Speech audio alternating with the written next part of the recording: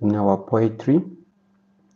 We had in the first lesson we had looked at what is poetry, and we also had mentioned that we also have oral poetry and written poetry. So in some instances I'll be referring to both as oral poetry when a poet is performing or the poem is being performed on stage.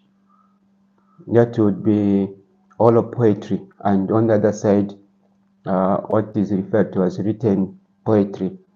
And I'd given you the examples of some of the written poetry. I'd mentioned one of the poems, but today I'd like to focus on the elements of poetry. I'd like to focus on elements of poetry.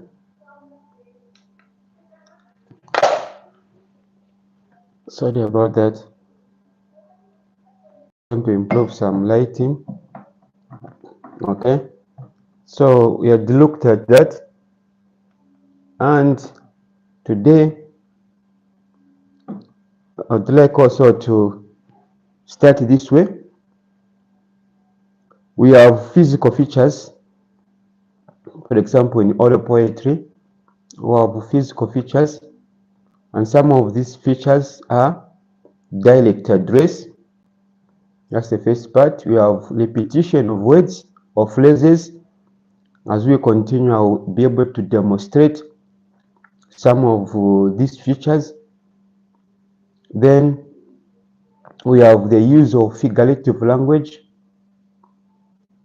and then we have use of sound, such as onomatopoeic.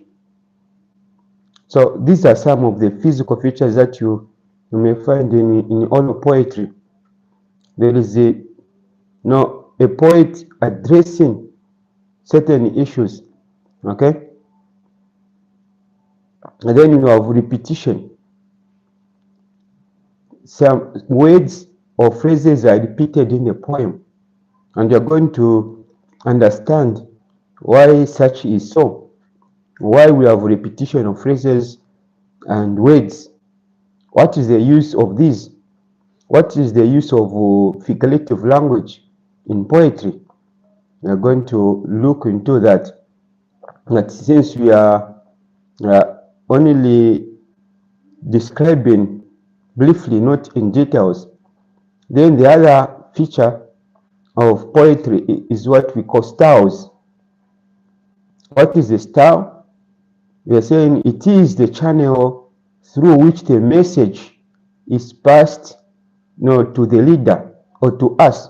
In short, it is a channel through which the message, because in a poem there is a message that the poet wants to address to the audience, wants to pass to the people who are listening to him or who are reading the poem. There is a message, but there should be a way in which that message or that information is passed on to the intended target.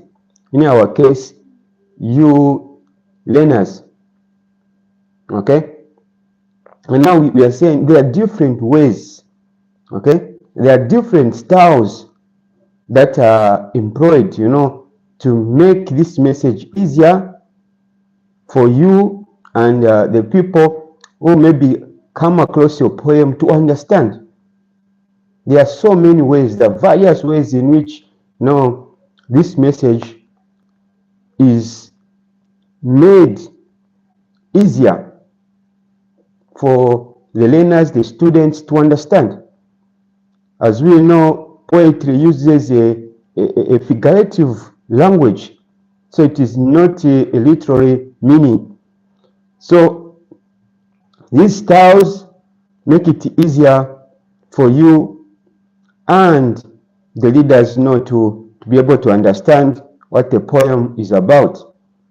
Okay, and now I'm going to just to give you these styles, and then I'll be able to explain about each one of them.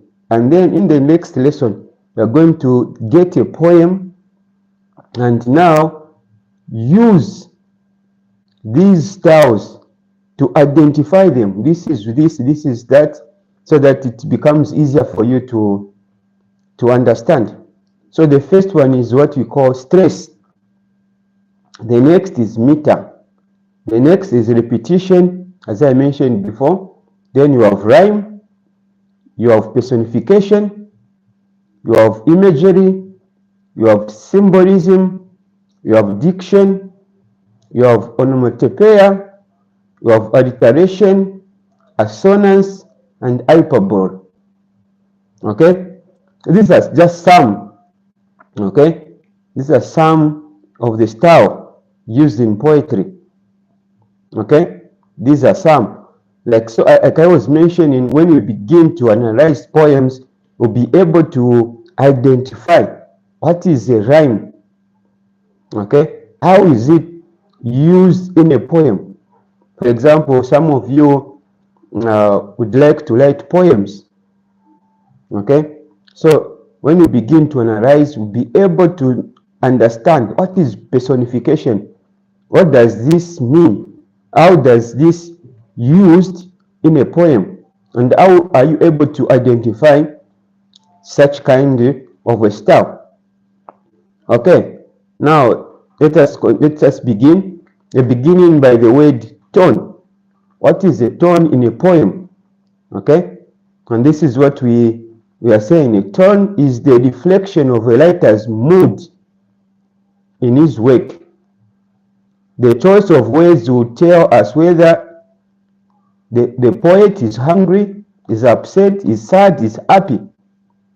Okay, that is tone. The emotion side of a poet.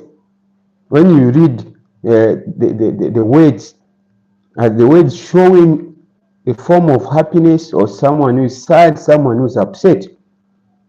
Okay, so I just wanted to introduce this part.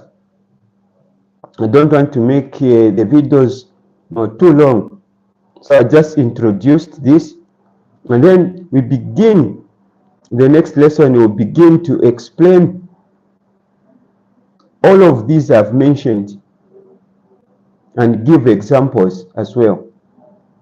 And we'd like to say thank you for you who are subscribing, those who are watching our videos on YouTube.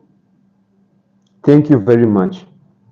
It's our hope and prayer that you are following the lessons and you are taking note of what is being discussed. And thank you for asking questions. I hope we'll be able to answer some of the questions that you are sending to us. Once again, thank you very much. This is Learning English with Chola. Bless you.